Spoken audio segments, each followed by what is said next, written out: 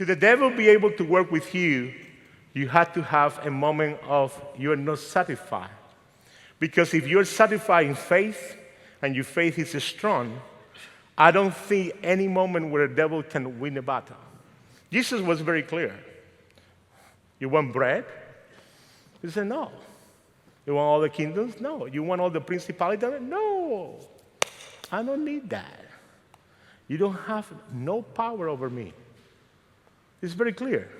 And if we consider ourselves temple of the Holy Spirit, temple of God, we have to be for real, clear in mind and spirit that we can answer the question of the devil and say no and be able not to follow the lie. For example, biggest lie. Biggest lie for men and for women is pornography. It is. People say, oh, I'm addicted to pornography. I'm addicted to porn. Honestly, I don't care if you're addicted because that is not the biggest damage that you got. The biggest damage that you got in pornography is a lie. And it's a lie that today, if you're a man, you want to look at pornography of a girl that is blonde. And tomorrow you want to like a girl that is a Latina. And then the next time you're going to look at a girl from Brazil. And the next time you're going to look at Philippines, then Chinese and Oriental and all that stuff. That means what pornography is doing at a young age is teaching the biggest lie, that you cannot be satisfied for one woman. Then my question to you is, if you keep watching all that trash, how are you going to say I do to your wife when you get married that you're going to be only with her when you cannot be pleased with one woman when you watch all the trash?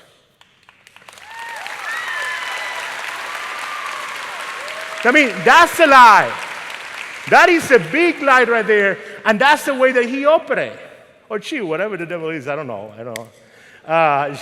Whatever it is. That means we have to understand that the game is not fair. The game is very silly, but we, through our weaknesses, get satisfied in the weaknesses, and that's when everything works, and then you are not satisfied with one, but you need 20. Can you imagine, girls, that you're going to marry a young man that is addicted to pornography? Can you imagine, young man, that you're going to marry a girl that is addicted to pornography? How can she say, I do for the rest of your life? How? If she's looking 17 men and you're looking 17 women. How? That means, question yourself when you're dating, if you have the fairness to get married to a girl that is pure and dump all your trash from pornography on her. Tell me, guys, if you're a guy that you're pure and you are living a life of chastity, that she's going to dump all the trash that she have watching all those pornography. Tell me if that's fair. Somebody who can preserve himself for the rest of the life, and this person that's coming in your life that you don't even know that is addicted to pornography is going to dump all the trash in you and you don't know what to do.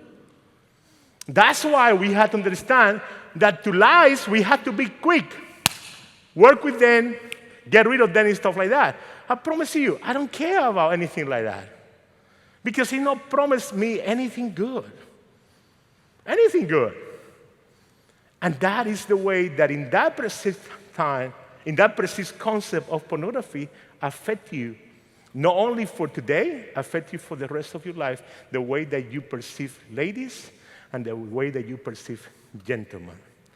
You follow me in that one, yes or no? Okay. Drug addiction and alcohol. I say, my mama always said, if you have to hide to do something, it's because it's wrong. How many of you smoke a joint in front of everybody? And the police next to you say, hey, you want some? Come on. No, you have to hide yourself. In the privacy of my room, in the privacy of my car, in the privacy of this, I had to do this. I just want to be aware, the fact that marijuana can be legal, that don't mean it's good for you to use it. Yeah, that don't mean. You can get fired from a job because they say that you cannot operate trucks if you are high on marijuana. It might be legal, but you cannot be a truck driver.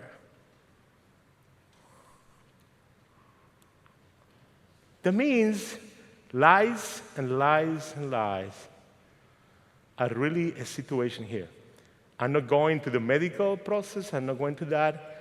I'm talking about people who get hooked on marijuana, and from there they keep going up and up and up. Think about it. How many friends you have rejected in your life because all what they do is use drugs and pills? Do you think it's fair and morally that you sell an ADD pill for $10 when you are taking the ADD pill from a child that is sick and needs that pill? You're committing two things. You're trafficking and you're neglecting this person who needs that pill. But it is a lie of the devil that if you get hooked on this, you're going to get high and you're going to be more calm. Well, let me tell you this. If I had to use those pills, 300 pounds, I'm so hyper, how many I had to take? How many people I will neglect? Be careful. Lies from the devil take you to big consequences. Premarital sex. Prove me that you're in love. Prove me that you're in love if you have sex with me. For what, girls? That after that, when they go to the football locker and talk about you? That's what is the proof of love?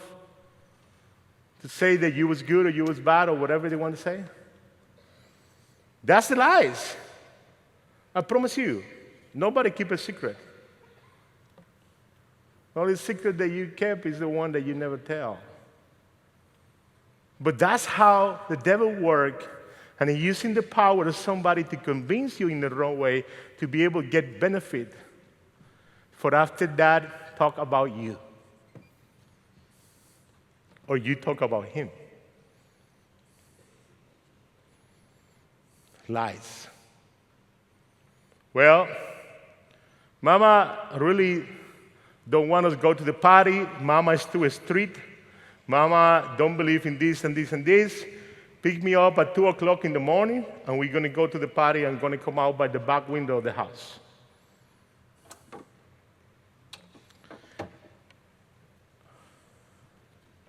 Three o'clock in the morning, Mama get a call. It's an accident, and you're involved in the accident. Your friend tell you that it wasn't going to be no accident. It's not going to be a problem. She tell you that she was not going to drink either, or he was not going to drink. It was going to be cool and safe. But now you're involved in that. Guys, I've been a priest 20 years, and I have buried 23 kids under 19 years old that have been killed because DWI. I am tired of doing it.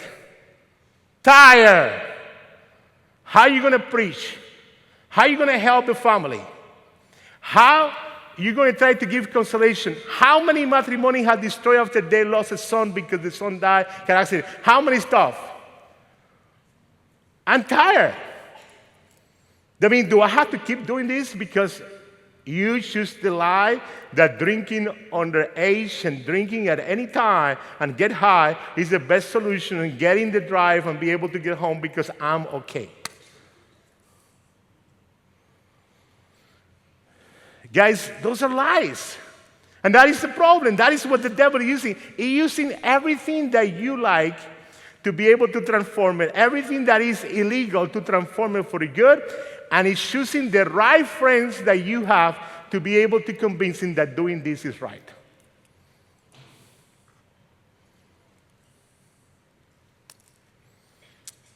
Guys, I just want to be aware. Sometimes you make our work as a priest very difficult because you believe lies. That stuff that you don't allow me to do it. You know that.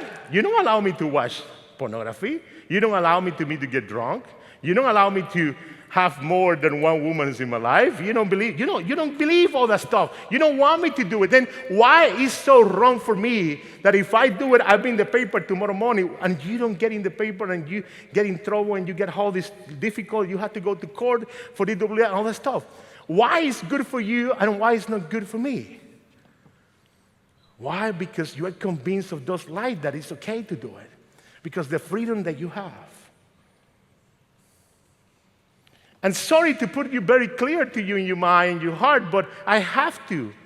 Because I really don't want that anybody that is here, I receive a call within the next week that you was killed in a car accident because you was drunk or high.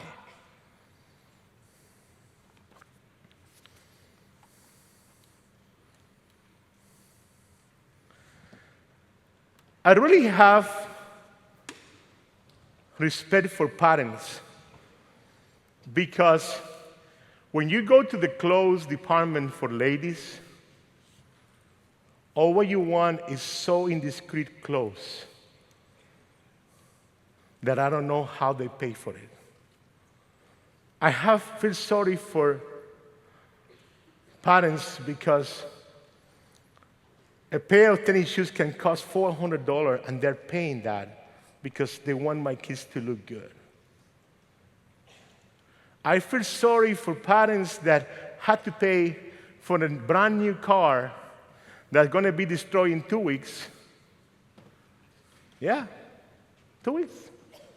Because you get drunk and you think you can drive your Ferrari around. Hello? Lies. Because my son will look better, because my son will look powerful. If I don't buy the same pair of the tennis shoes that all the team have, is something wrong with my kid. No, if he's like me, he cannot run even if you pay $600.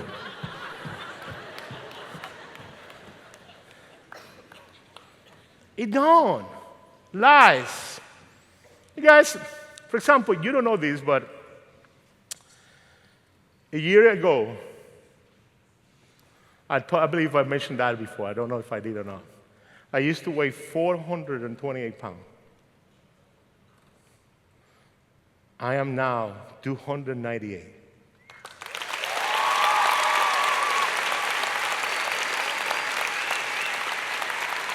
I promise you, I was not interested in losing weight because I always say that, you know how many millions I invested to be able to create this belly?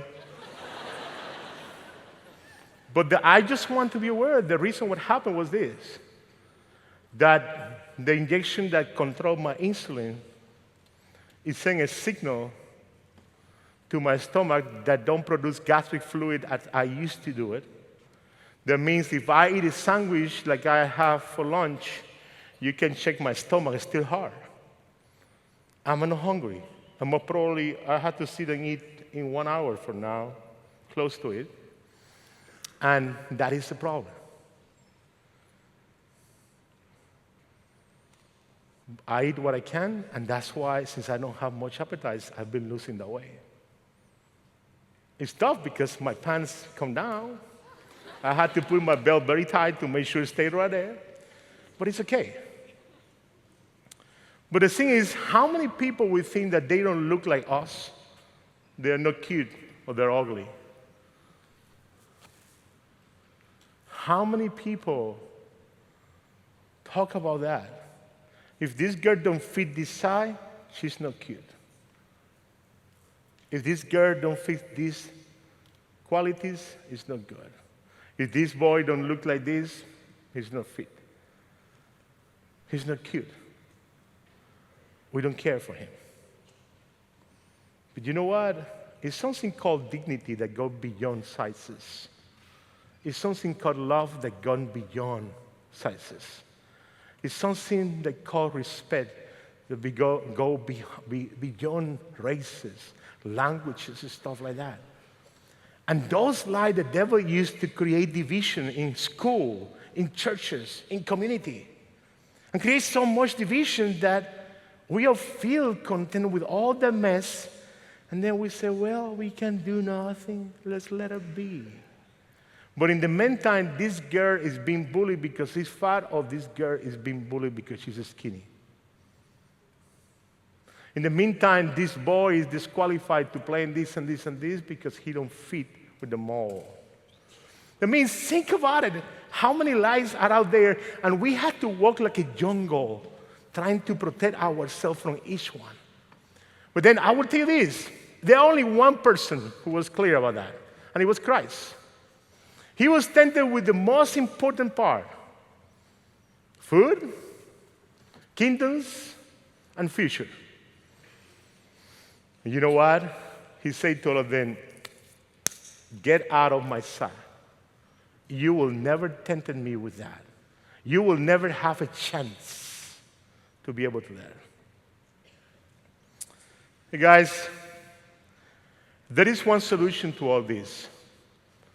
And the solution is this: that we are able to reestablish peace in our heart and our mind. And we be able to renew ourselves to a true confession. And be able to give our soul one more time to Christ. And most probably you will have opportunity before the weekend to do that. And at the same time, you'll be able to make a commitment to you that you're going to declare only one person and use Lord and Savior. And it's Christ. And you're going to surrender to Him and to Him alone. And I promise you that will store in you the graces that you need to be able to say no. Because all what it takes is a simple no. Guys, when somebody offers me alcohol, I go to this beautiful house, they give a nice steak, a nice potato, a nice salad, a nice whatever you want, and they give me a bottle of wine for me to drink. I say, I cannot drink because I can be called at 2 o'clock in the morning that somebody's dying, and I don't want to drive myself drunk to the hospital. They get a DWI, and I stop being a priest if the police stop me. Because you want me full time. You don't only want me when I want to be a priest. You want me all the time because it could be you, mama, it could be your dad. It could be your brother, it could be your sister. I have to be available to you all the time, and I have to be sober so I'd be able to execute what the church requests from me. For consequence, I have to make a decision in my life, say no to alcohol. Don't even try with the marijuana joint, or even try with crack or nothing like that, or pills, because I'm not going to go there either. That is exactly what it is. We have to look in the whole concept of life. How many kids I have been called to Walmart? And it's funny. I promise you, funny. They don't even know how to steal. They go with a pink pant, sweatpant, a purple sweatshirt, and they go with a big purse, and they trying to steal, and the camera are saying, film me, film me, film me. And the poor person get arrested because he was so silly to steal 5 games of Xbox or whatever you got. Each one costs $50. And now you're going to be reported to the DA because you stole more than $250. And your record is over for the rest of your life because you cannot work in a bank. You cannot work a nice job. And all you have is just a job that pays the minimum wage because you choose to say yes to stealing. I've been called to girl stealing, you know what? You know, whatever they put in their lips to make it shine. How you call that? What? Lips gloss? Bunch of them, about 20, inside of a purse. You only have one mouth?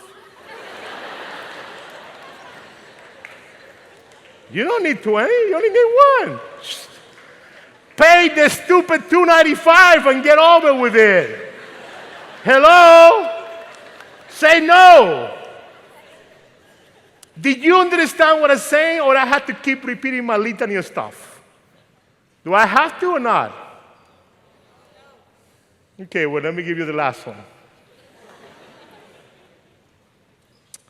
There is something that I not negotiated.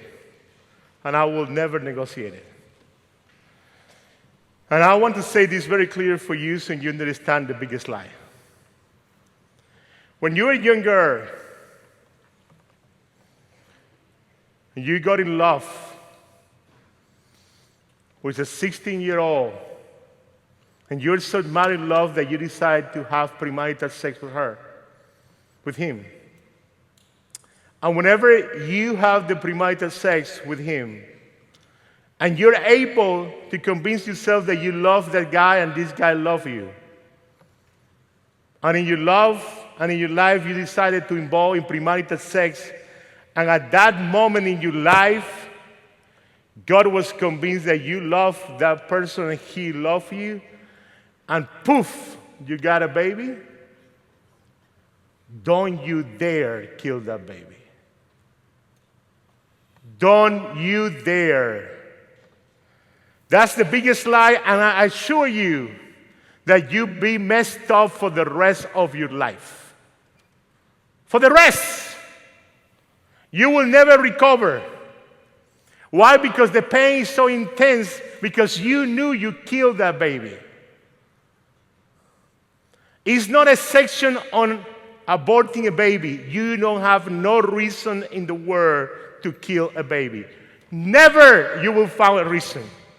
And never you will justify that. And I tell you, because I have saved 6 babies in my confessionary. And the 6th young lady was able to give those babies to couples that couldn't have babies. And those babies are happy, those babies are doing well, they are in Catholic school, and they're doing excellent.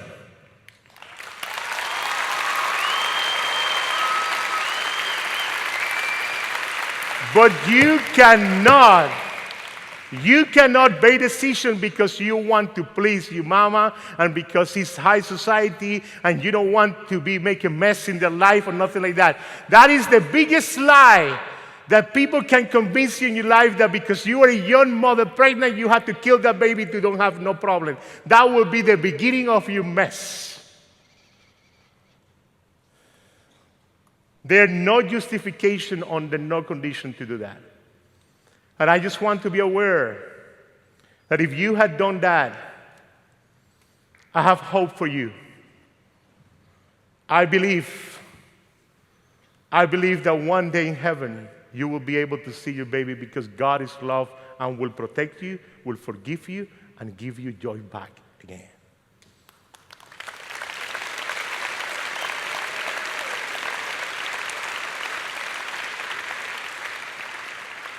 But I promise you, the reason why I say this is because my biggest argument to be pro-life for me is not a political.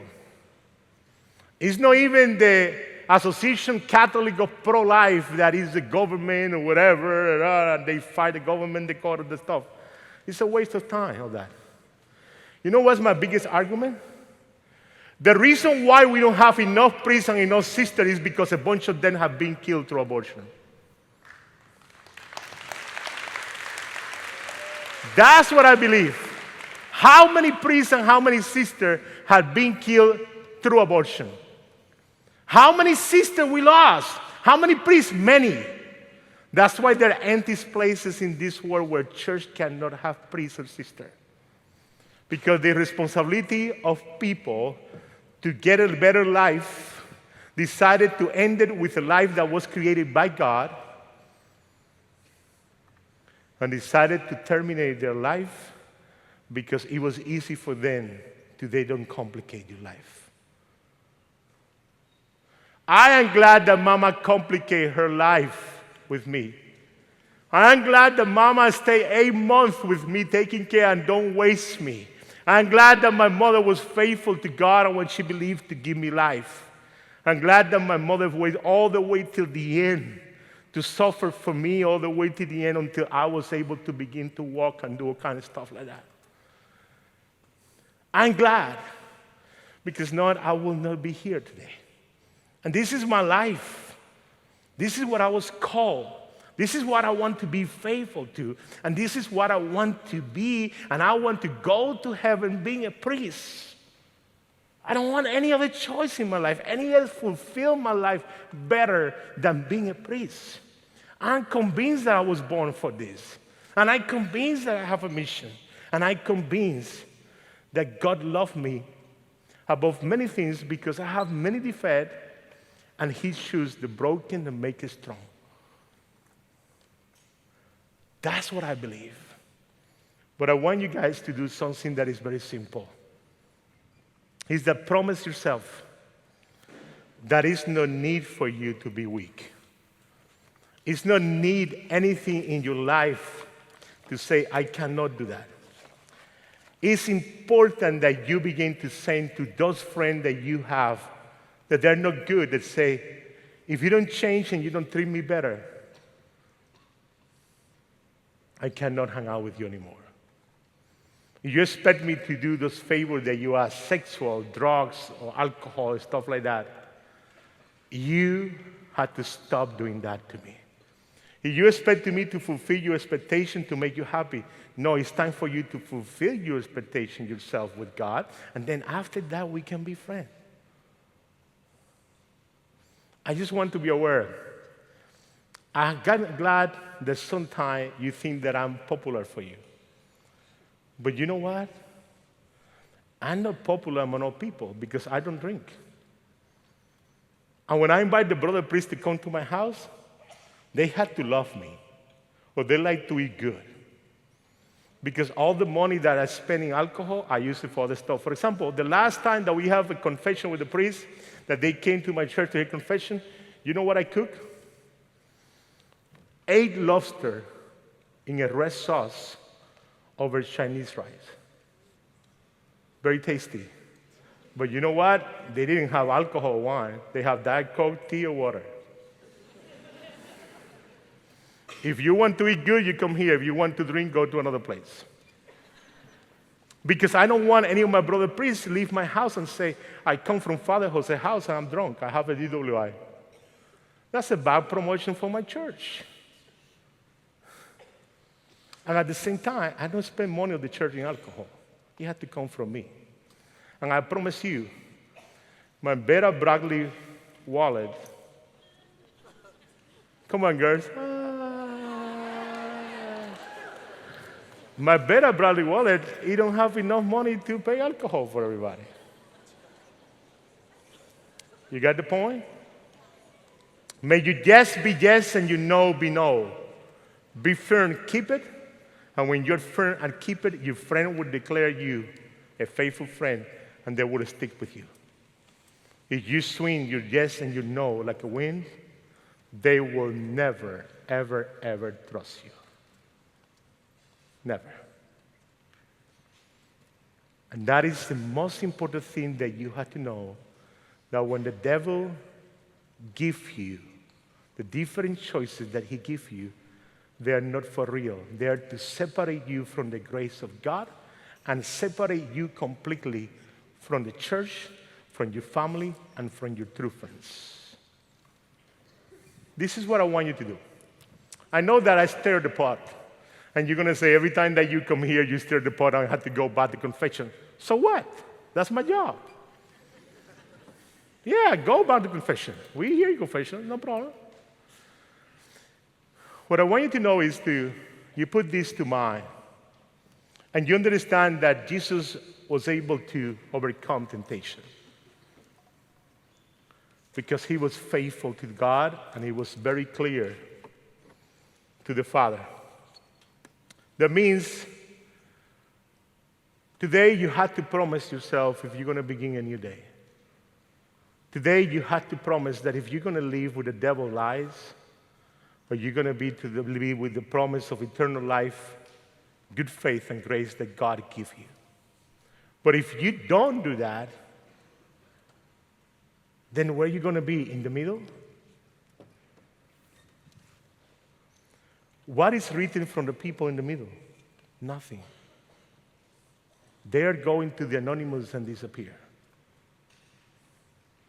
The best desire for you is be strong. Have faith in God. Honor mama and dad. Serve God. and help the church to be able to last forever and ever and ever. And the only way that you can do that is if you're faithful to the only one that is truth, to the only one who is resurrection, to the only one who is eternal, and to the only one who created you from the very beginning and poof, and give you life so you can have fun, so you can be holy, and at the same time, you'll be able to raise a family that is going to be the future of the church. Guys, I do love you. And when I get home, I'm going to write one of my cards that I use for intention this. For all the young people and the youth leader and chaperone and volunteers and worker from Steubenville North in Rochester. And I'm going to close that card. I'm going to open my tabernacle. I'm going to put that card inside of the tabernacle for a whole year. And every time that I say Mass, I'll be praying for you.